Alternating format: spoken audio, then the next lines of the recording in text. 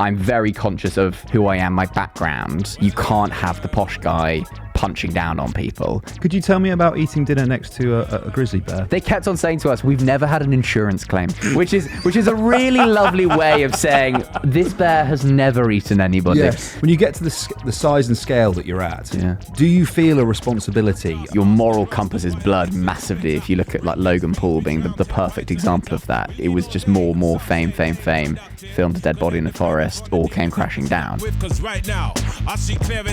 call him simply an internet prankster would be accurate, but perhaps a disservice. There we go. He ran for London Mayor, competed in Mr. Universe with no training, and became the richest man in the world for 7 minutes. Multiple viral moments, including rebuffing a ref's yellow card with an Uno reverse at a charity football match, have garnered him mainstream media coverage and an audience of millions. An exemplar of the changing face of fame in modern Britain, he's now going on his first international tour, Loophole. My guest today is Max Fosh. Hello, Max. That was nicer and kind of a lot more verbose than a lot of them. A lot of them are like, oh, we just make silly videos. It's Max Fosh. Well, I guess you could distill it down to that, but as we were chatting before we started recording, I think you might call them silly videos. You could call them silly videos motivated by spite. Yep. You could. For your friends. Yes. Your sister. Yeah, my sister is a very is a well of much spite there. Much inspiration. Yeah. Lawrence Fox, he's had a bit from you as well. Lawrence, best friend Loza. Yeah. I'm sure we'll be diving into Lawrence Fox. I'm sure, Ollie, you've had your own interactions with Mr. Fox. Fantastic, Mr. Fox. Yes, there's been a bit between Joe and Mr. Fox, unfortunately. Maybe we will get into it. Yeah. Max, I first came across you in your Street Smart series. Uni days. Back in the day. Yeah. Tell me about the series. Why did you start it? What? So I basically invented this format, which was talking to students on nights out. Like nobody had ever done this kind of thing before. Basically the reason I started was because I wanted to make my own. Like videos online. I had no idea what I wanted to do, and I was at Newcastle University, and there was the Television Society were making their own version of this. And I think every university cohort of all across the country have been doing these, like standing outside nightclubs in the city and asking students questions. But they would always come out they do one every 6 months. And I'm like, I want to watch these regularly. These are great. It's actually quite good. There's some, because it really there's a local element to it. You kind of talk, share it with your mates. Or that's the girl that you snogged last week, or that's the guy that you've been avoiding.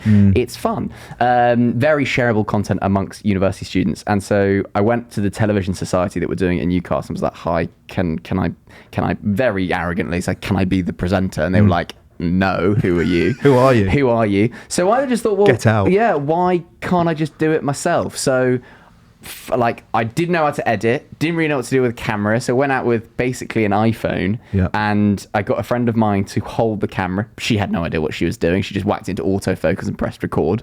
And I set myself a challenge of it was Freshers Week of my final year. There were 5 nights of Freshers Week. I was going to film an episode each evening, and then during the day, the next day, edit it, post it, and then go out and do that 5 days in a row. Because I just wanted to, let's learn. So I did that, and it kind of did quite well on Facebook. I mean, this kind of showcases the time I was doing. This was 2017, and a few tags of, oh yeah, that was quite fun. You're gonna keep doing it. And so I thought, yeah, why not? So then every week on a Thursday or Friday, I'd go out. I'd go to work at about midnight and stand on a street corner in Newcastle and just interview questions to drunk students. What was the big Thursday night in Newcastle? It was a night called Swingers. Nice. Which I adore the names that they come up with for university nights. And then every 5 years they decide, oh, I think we need a rebrand. Time for a refresh. And they just change it. And it's the same thing, but it's just different name. I think it's probably social attitudes probably change a little bit. And for example, I'm sure you could find some pretty, if you were to look at the noughties, perhaps, the student nights out probably don't stand up too well nowadays, perhaps. You would wager. Trebs still a thing? Trebs still very much a thing. Blueberry Trebs, the elixir of life. And great content for you. And great content, yeah. We had a club night called Club Trop, which kind of feels quite, George Michael almost. Yeah, kind of quite 80s. I like it. But there's a couple of lessons there though, isn't there? In terms of, you sound like you were starting out very early days, but nonetheless, the actual, finding a niche in your case, speaking to Newcastle students, people quite often think particularly with YouTube and other channels, that you need to go super broad, right, to have maximum appeal. But actually, if you focus in on something, there's a lot of gold to be had there. And simultaneously as well, that work ethic of doing 5 on the bounce. Yeah. It's not, I think there's this misconception, right, with virality in social media, that you make one video, it goes viral, I'm Max Fosh now. And actually, there is a bit of a grind to these things. Oh, absolutely. And I think that I didn't go into it thinking, right, what's my niche? What is the thing that I'm going to be known about on the internet? And I say to people who are starting out, if you start thinking about that, you will not have the drive to keep making, because I made videos for 3 or 4 years before A, I made any money, and B, I then started to pivot into what I make now. So you wouldn't really have the patience to keep going if you were motivated by virality. I'd done 4 years at hospital radio. I want to be a radio presenter. Not really, not as much. I just think that the opportunities for you to be creative on radio have very much kind of diminished. So I did hospital radio for 4 years, went to Radio Tyneside, did the breakfast show for the men and women of in hospitals in the northeast. I did get a bit, I nearly got sacked because I played inadvertently, I knew I played it, but I played Highway to Hell by AC/DC, and I didn't think there was anything wrong with that. I hadn't even clocked there might be anything wrong with that until I got called into the office and this song. My argument was like, why is it on the computer? Why is it in the system? Shouldn't even be an option. Shouldn't be an option. And so, I decided that I went for the demos at the BBC and BBC Radio Newcastle and local stations. And as you can imagine, this plummy voice didn't quite get the job in local radio. No, printed out a CV on the top of a car once upon a time as well, I remember correctly. And then we parked my car outside Radio 1 with the CV printed on the top. And the security was just like, cool. there was nothing. Like I was there for about 8 hours, and then the police turned up, and I was like, oh, and they were like, yeah, we've had a call. You need to move off. I was like, the security guards if they had said to me at any point, okay, now's your time, you should leave, I would have done so. But immediately they're like, no, call the police. Get the cops on him. Yeah. Could you tell me about eating dinner next to a grizzly bear? Yeah, hot dog eating competition against Tank the Bear, sure. Strap in, buddy. Strap in, guys. I was having lunch with the team in the office. One of them gloated that they could have 100 chicken nuggets in an hour. I said, you're full of shit. And then it got into a larger conversation about people saying that they can eat loads. Then it moved on to professional eaters, and then it moved on to who could eat more, a professional eater or a grizzly bear. So I said to my producer Molly, make that happen. Yeah. And so she went away, came back 2 weeks later and said, right, well, Tank the Bear lives in Utah. He was in Dr. Dolittle 2, and also has acted alongside Matt Damon and Jay Leno. He does cost $15,000 a day, but he can eat as many hot dogs as we'd like him to. So do you want to go? Yes, please. Yes. So we flew over. We got a competitive eater. We found a guy called Nick Weary, who is the 4th best competitive eater in the world. He can put down a glizzy like nobody else. And we sat down, and they kind of said to us, I initially thought that the bear would be kind of separated. Yeah, that's what I would have expected. That's what I would have expected. And it has been done before. The Japanese eater Kobayashi did it on a TV show with a bear that was in a cage. And I was like, no, I don't really want that. I want us to be be at one with the bear. So they trained the bear to sit at a picnic table, and they then said to us, okay, there'll be some electric fencing in between you two. But I didn't realize after we finished the competition that electric fence wasn't on. So that was just a tiny bit of copper wiring that was between me and a 8-foot 800-pound grizzly bear. Was that for you? Or was that for the bear? That was definitely for us. That was definitely for us to make it feel like that you're safe. Trust me, you're so safe. They kept on saying to us, we've never had an insurance claim. which is a really lovely way of saying this bear has never eaten anybody. Yes. And we just had just glizzies. Yeah, just glizzies. And so it was a case of, right, okay, the bear's going to come out the woods where he lives. He's going to come to the table. He's going to have lots of sausages. When he gets to the table, lift up your cloches and go. First to eat their plate wins. And so Nick had 75 hot dogs. Tank the Bear had 75 hot dogs. I had 4 hot dogs because I know my limits. And Tank the Bear ate 75 hot dogs in about 3 minutes and 10 seconds. And Nick had 63 hot dogs in that same time. I mean, those, I wouldn't say it's quite Hall of Fame numbers, but it's those are impressive numbers. Those are impressive numbers. It was sans bun. No bun. Yeah, that would Tank is gluten-free. So, you know... Carnivore diet. Carnivore diet. He's on keto. So... Yeah, no buns. So the buns do really make a big difference because they like expand in the stomach. Oh yeah. Yeah. So just hot dogs, just sausages was just. Was that how he was eating them? He was just taking them in one. Nick would hold them like 4 of them. This is going to be clipped up and memed, isn't it? Nick had 4 of them and then just like chomp, chomp, chomp. Finish, digest, and then Tank just face first, jaws, baby. What is it a bear like when you're sat next to it? I don't know how to phrase that. I know what you mean. I wasn't scared. Really? I wasn't scared because we had a bit of time with Tank getting to know him. So what do you do? Yeah, what do you do? No, Eton. Nice, yeah. I'm a Harrow boy myself. So we met Tank and the trainer was like, okay, he just wants to sniff you, just to check sure you're fine. We were told we are not allowed to wear any form of deodorant or wash with soap the night before. You needed to basically not shower. You can't have any cologne on because it needs to be all natural smells. Yeah. Right. So you know. But what does that do for him? So Acqua di Gio by Giorgio Armani is not allowed. No. I think it just makes, because if he smells something that's foreign or he's freaks him out. Yeah, freaks him out. Complete tangent. Did you see the American Olympian who said that in preparation for swimming in the Seine in the triathlon because of the E. coli, he's been experimenting with exposing himself to E. coli? So he's just been not washing his hands after he goes to the toilet. Sounds like a vid. Sounds like a vid. Let's workshop some ideas. Yeah. Yeah. I mean, I did a video where I caught fish and chips from the Thames. So I caught a fish from the Thames and then just pretending I caught the potatoes. But we did some research into that and we found out that I think it was Darius, who I think is no longer with us. Yeah, could you check that? Because otherwise I might have just just doing a rest in power to Darius before he's gone. He was hired to do a PR campaign for the Life Straw, which is a straw that you can drink any water through and it will filter it to become clean.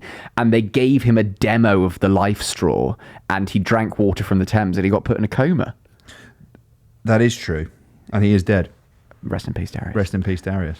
Not because of the E. coli from the Thames, though. But still, no, I remember someone else told me that story recently. There's a bit of trivia that was floating around. You've jogged my memory. Yeah. So I did see that American triathlete. He was like, we'll just fuck it, we'll do it live. Yeah. It was really that energy. And someone was being someone was projectile vomiting when they got out from the triathlon today. Oh, really? Yeah. And look, I'm sure if I had to do the Olympic triathlon, I would be sick, regardless of the presence of E. coli. It's not sane related or not. It's not a health issue; it's a fitness issue. Yeah. But one assumes that he's quite used to physically exerting himself in that way. Yeah, because if you accidentally swallowed a little bit. I also think that they were going to do it. This is now a total conversation about this. I've been thinking about this a lot. They postponed the triathlon yesterday. So it was meant to be yesterday. Yeah. They were like, no, it's not safe levels in the water. They've had 4 years to prepare for this. Yes. So they were like, oh, we'll see what it's like tomorrow. Yeah. I'm sure they had a backup plan, but it didn't seem like they did. No, it didn't. And it's been this massive issue for them, right? Because the mayor went swimming in the river days before the Olympics started because she said she would to prove that it was safe. And then there was a whole. She was in a massive bubble there. She was in a submarine. Yeah. And there was a protest movement where people who were upriver of Paris were all like, we are going to shit in the Seine in advance of the mayor of Paris swimming in the river. It's a dirty protest of the Olympic triathlon. It in many ways is the quintessential French act because it involves shitting and direct action at one of your politicians. It's it's the perfect essence of being a Frenchman. You watch much of the Olympics? You enjoying it? Or? Yeah, I'm enjoying the Olympics. I feel like its cultural relevance is probably diminishing. Oh, I remember big shout. Yeah, so here we go. All right, Max, with your opinions. Olympics irrelevant. Yeah, who needs them? But I remember watching the 2004 Athens Olympics. Yeah. I couldn't get enough of it. I was Amir Khan watching getting the British boxing gold. It was amazing. And now I don't think that. I'm sure we'll see the stats when they come out afterwards. But if we looked at the numbers of youth engagement in the Olympics, I'm probably sure it's way down. I don't know whether that's because it's become like, whether that's the broadcasting element of it, or whether just culturally it's not as significant. But it doesn't feel like it has gripped the country as much as it did in 2016 or 2012. I mean, 2012 is an anomaly because it was here. We can't really gauge that. That's an interesting one. I think you're right. Come on, join on my side of the fence, being like the Olympics is irrelevant. I'm not quite at the stage of saying that the largest sporting occasion on the planet is an irrelevance just yet. Yeah. I'm not quite there. What's your TikTok content like, guys? Come on. Got a YouTube channel? Yeah. Losers. I haven't been gripped in the same way, but I don't know if it's very early days yet. We need to heat up a little bit. I think once you get into the track and field, it sort of gets going. Katarina Thompson. What a name. What a name. KGT. What a name. Yeah. I as an actual linear broadcast experience. Yeah. See, we're making this about you again. Yeah. I think I take your point that I don't expect people who are engaging with it, consuming with it in the way that, for example, in Athens, it would be stick the telly on, and if you're in front of it when the main event is happening, happy days. If not, you don't see what happens. Yeah. Versus highlights compilations, just being like in iPlayer, I guess. And already then clipped up immediately for that, like the rowers this morning, the women's quad scull, I think it was like one on the line by about 6 inches. And so literally all that was clipped up was the last 100 meter. Yeah. And then that was the end. You're like, oh God, that was close. Well done, girls. You won the gold. Whereas, you're right. I think it's a watch time issue, if anything. Let's talk about retention, guys. Let's talk about retention. What are we doing? Where's the mid-roll going? Come on, guys. What's this? Snappy. Boring. Give them medals and fuck off. You should get in there, mate. Consulting with the International Olympic Committee. For the Olympics. What's your hook? Yeah. What's the open? I felt like an ad exec in the 90s. Yeah. Just kind of all blue sky thinking. Yeah. What is it? Let's really dial into this one. Let's jump on a call. Yeah, just jump on a call. Blue sky thinking, out the box. A few other ones like that, aren't there? Let's circle back. It's all about circling back, baby. It is. Let's circle back. But okay, so tell me. I feel like we've done a little bit of lifting the curtain on the kind of the nuts and bolts of producing a video, and what is your hook? How are you retaining the audience all the way through? Versus, well, let's not kid ourselves. The Olympics aren't having that conversation because we're just going to broadcast the sport that happens. Yeah. But tell me about that ideation process, and maybe you can use Tank as an example or any other. Like when you are planning it out, are you storyboarding it? How granular are you going with what you're doing, and how much sort of feedback, A/B testing are you doing when you're in the edit and deciding what the final piece of content is going to look like? I'd like to add, finally, I do think that linear is still very important on a serious point when it comes to certain genres. I think sports, live sport. I think live sport is going to live and stay on linear TV. Drama still going to stay on linear TV, because I think a YouTuber can't make Line of Duty or Game of Thrones. And to the same extent, reality TV as well. The Traitors at the beginning of the year was like one of the biggest cultural phenomena ever. I had a watch party for it. I haven't done that for years. Yeah. And so I think linear still has. I think it's just about for them discussing what is their areas which they can capitalize on. Breaking news probably as well. Yeah, breaking news as well. But when it comes to my stuff and the way that how granular we get, the most important thing is the title. Without shadow of a doubt, because it is ultimately a question that's being posited for the audience that requires an information gap. They don't know the answer, so they will watch the video to find out the answer. So it's normally some sort of question that is indirectly or directly posed. For Tank, it's like the title is currently Professional Eater versus Grizzly Bear Hot Dog Eating Competition. That is an obvious question. Who is going to win? You said currently?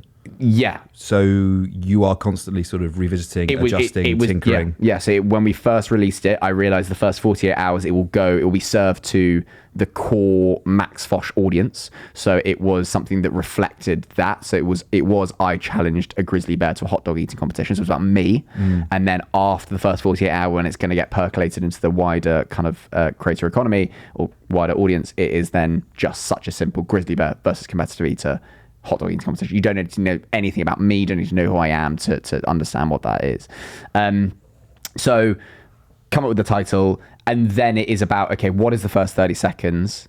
And after that, you can be slightly more fluid about it. But my mantra, the mantra that we operate on is the title is your what, your thumbnail is your how, and then the first 30 seconds of the video is your why.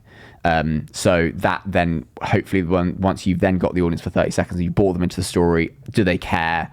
And then you then just have 10 minutes to then have a payoff at the end, because you want them leaving, like I always say in life, always leave them satisfied at the end. Sorry, thought leader, visionary, shagger. Yeah, top boy. I learned a lot of things at Newcastle University, Ollie. Some of them were transferable skills. So it is about the first 30 seconds. And then if we're talking about keeping someone watching, how much emphasis do you place on narrative? How much emphasis do you place on, like, I'm going to say character development? Yeah. Run me through. If you're trying to keep someone watching, what are you looking for? What are you trying to do? So I'll give an example. We did a video where we took a granddad on the stag do he never had. He was 89 years old. He never had a stag. Like, right, we're going to take him to Amsterdam. Legend. So that was the hook of it. Yeah. But then the actual video was, we learned more about him. He was called Gerald, lovely guy. And when I first met him, he told me that he'd been on an episode of The Generation Game with Bruce Forsyth in the 60s, and he'd never seen the footage. So then what we did, my producer and a researcher, then were able to find in the archive the footage of him on The Generation Game. At the end of the stag do, we showed him that footage. Tears, hugs, you've made my life. Great. That was the emotional hook of it, because we realized that ultimately the granddad on a stag do feeling like a fish out of water isn't going to, like, you're not going to want to keep watching that for 10-15 minutes. So it was about implementing something new in that had an emotional hook. And the same with the bear video. I knew that ultimately people just want to go straight to the eating competition. That's not really a satisfying video for me to make. Like, I could just roll the cameras and not even edit it and just be like, this is what happened. But I wanted to tell a story about who Tank was, who the competitive eater was. And so I had to kind of slightly flesh that bit out emotionally. You can still see on the retention that no one really cares. They're just going, there's like massive spike at the eating challenge. Like, okay, we tried, but we did need to get it over 8 minutes, because the Tank the Bear did cost me $15,000. Yeah. So I needed to add some mid-rolls in there. So it is like 8 minutes and 2 seconds. Textbook. Yeah.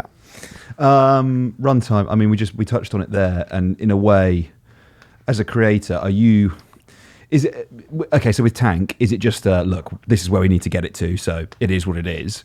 If we're talking stag do, are you thinking this is a 10 to 15 minute long video? Are you coming to it with an idea of how long the piece is going to be, or is it a case of in the edit you sort of find it and go, yeah, fuck it, I'm happy with that? No, we know when we're making the video, we'll be editing whilst we're filming. So like, okay, this is this section here. How do we get, okay, what's going to come after this? What'll be a bit where, you know, what will happen tonight? So I've got to do a piece to camera now that could link that. And then if it doesn't work in the edit, we just use voiceover. So a lot of it is editing on the fly and knowing a rough structure of, so with Tank, it was structured and scripted in the sense of, a clip of Max Fosh's video is scripted. It was scripted in the sense of, okay, it's going to be hook, meet the bear, meet the competitive eater, turn up at the ranch, eat, finish. So it's about, like, okay, have we got those individual sections, and then what is the connective tissue between those sections to make it feel as like seamless as possible? Well, this is the thing though, right? You know, some of the videos that we make where it's like reported documentary-esque, right? You don't ever want to, like you say, script it and literally put a word in someone's mouth and say, can you say it like this for me? Or what about when this? Oh yeah, say that again. Let's do it again. Let's do it again. Let's do it again until you get it right. But there does have to be an element, does there not, of having an idea of, okay, we're going to go to this farm and interview this person, and we've done a little bit of a pre-interview with them, so we have a rough idea of what they're going to say. Yeah. There is a difference between that and planning out, this is what the story looks like. Yeah. This is what's going to be included, why it's going to be included. And if it so happens that we get there and some magic happens, fucking Lawrence Welland-Bowen comes out in a leather trench coat. Yeah. Fine, happy days. Great, amazing. It's going in there, but at the same time, you are still, as much as you want to be, you know, depict objective reality, you want to show truthfully what happened. You can't just say, right, we're going to turn up in this place with a camera and see what happens. I mean, you can, but it might not necessarily be the most productive way of working. You can. It's not a productive way of working. And I think this is where a lot of issues come with creators. As you grow, the stakes grow with you. Because if I don't get a video out of Tank the Bear, I'm, $20,000 in the hole and I don't have a video to make. So I think as creators get larger, they are more confined to make a type of video because they kind of need to, because the stakes are, it's not just like, oh, we'll give it a go and we'll see what happens. And then there's a conversation about, okay, what are you making versus what are you putting out to the audience? What do you want to make? I think a perfect example is Uber Butler is someone who I think has been very good at sticking to making exactly what he wants to make, no matter the length of time it requires. And so he did his Amazon documentary recently that was brilliant, but I'm sure there were loads of stuff that were left on the cutting room floor that he didn't use because it didn't quite work, didn't quite fit with the narrative. Whereas probably in my world, and I know I've got a video that I've got to upload every 2 weeks, it's probably more of a, okay, we've got it. Is there a way that we can use this? If not, then what is our contingency plan? But I would need to use footage much more than probably someone at Uber would like. I mean, with him, we interviewed him. We had him on the podcast to talk about that documentary, and even the process of interviewing him about it was a fucking minefield because of like the legals around the documentary, how he could talk about it. They did so much stuff that got, like you said, left on the cutting room floor because Amazon, famously, quite a rich and litigious company. Yeah. And the brilliance of what he was doing, and I want to come back to this point actually because it's that I feel it's stunt journalism maybe is a way of describing it. It has a very like clear intended target. It has he's trying to prove a point. He's trying to show something right with what he's making. You said something though about sort of investment in the video and being beholden to the audience. And you earlier when we were talking, you mentioned Mr. Beast, and you said the Mr. Beastification of things. And in an interview he's done in the past, I've seen him talk about basically, no matter how much he makes from a video, he basically views that as, right, that's now my investment in the next piece. And that's why you get this sort of escalation throughout his content where it's going bigger and bigger and bigger and bigger. How do you resist the temptation, I guess, or the urge to move in a similar direction where it is getting, for want of a better word, bigger than the last one? It has to be better. It has to be larger. It has to be grander in scope. It has to be, I don't know a better word to describe it than that. It is the constant thing that you think about because you think that the audience just wants more and more and more and more. And in the case of Mr. Beast, I don't know where that ends up. I don't know. I don't know to what end. I think the question that you need to ask yourself is to what end? What, for more money, for more views, for more fame, for more whatever? What is the reason you are doing this? Why are you doing this? And I had this like conversation with myself about 3 or 4 years ago, and it's like I think I have got bigger and bigger and bigger, but I'm trying quite hard to still not make it so that it starts to become unsustainable and unattainable. Because that is probably where madness lies. If you are constantly chasing growth at all costs, I don't think that has ever in the history of humanity ended well. Like, no, I don't think so. Oh yes, the man that had everything and then died. Oh, it's always a happy story. It's always a happy story. Yeah. Icarus, very happy guy. That's not me saying, oh yeah, I could do what Jimmy does, but I don't think I want to. No, what he's done is incredible. Of course, and I think that it's a net positive for anybody making content because he's got an Amazon show that's coming out at the end of the year. From what I've heard, he was given $100 million, I think it was. Don't quote me on that. And I think he spent $100 million. And so I think that will be a real wake-up call to traditional media being like, oh, previously it's been like, oh, they're the kids over there. They're on their like platform. And my kids watch it, but it doesn't matter. We're the real. We're Netflix, we're Amazon. Whereas now I think it will suddenly make a lot of people sit up and take notice. You said just then that you've sort of you sat down and you said, why am I doing this? And it's not to pursue scale in that way. So what is it? What is the why? Why do you do what you do? I think it's the opportunity to have fun and like have like a reflector, like almost a childhood fascination with things, but still get paid to do it. I think that's genuinely why. Absolutely, there is a case of recognition and being recognized for your work and being quote unquote known or well known. That's definitely a positive of the job. But if I'm honest, I still don't have the exact reason as to why I do it. I think I have for a long time just kind of slightly coast to be like, okay, I'm looking at like 2 to 3 week cycles, like what's the next video? And I have writing days with kind of colleagues who are comedy writers, and we sit down and we've got a big roster. I know kind of roughly what we're going to be making in the next 6 months, but I think it will require at some point a big stop. Be like, what's the point? And I think at the moment I'm very much burying my head in my sand because I'm like, oh, I'm in my 20s, it's fun, it's fine. But in a way, actually saying, I don't know necessarily the reason why I do this, it gives you a license, it gives you a scope to try new things, to experiment. And actually, I think some of the most interesting people I know still don't have an answer to that question. And if we're going to talk about you for a second, it means that, for example, if you want to go and do a tour, it means you can, because you're not going, oh, I need to be, I don't know, making a ton of money from my YouTube channel. I can't do anything else. Oh, yeah. I can only make videos that institute social change. So why would I go and do a stand-up tour? Yeah. You know, tell me about that, and tell me about the tour specifically as well. So that I think that is a wider concept in young people today about when it comes to careers. I think there's been some stats about how we're moving away from one-term careers, like vocational careers, and more so people are going to be much more fluid as to what they do in their working life. And I think that's manifests itself perfectly in social media, because it's like, okay, I can do this. Let's try this. I always think that people kind of, let's say there's a straight line of your kind of progression with your career on social media, and you're constantly zigzagging of like trying something up here. Okay, let's just correct back to what we normally do. Let's go down here and try it. And so you're still kind of growing and changing and evolving, but you are just trying different things. And that's what kind of I did with stand up and a comedy show. Like I always did drama at university. I loved being on stage. And I thought, right, I've got an audience here.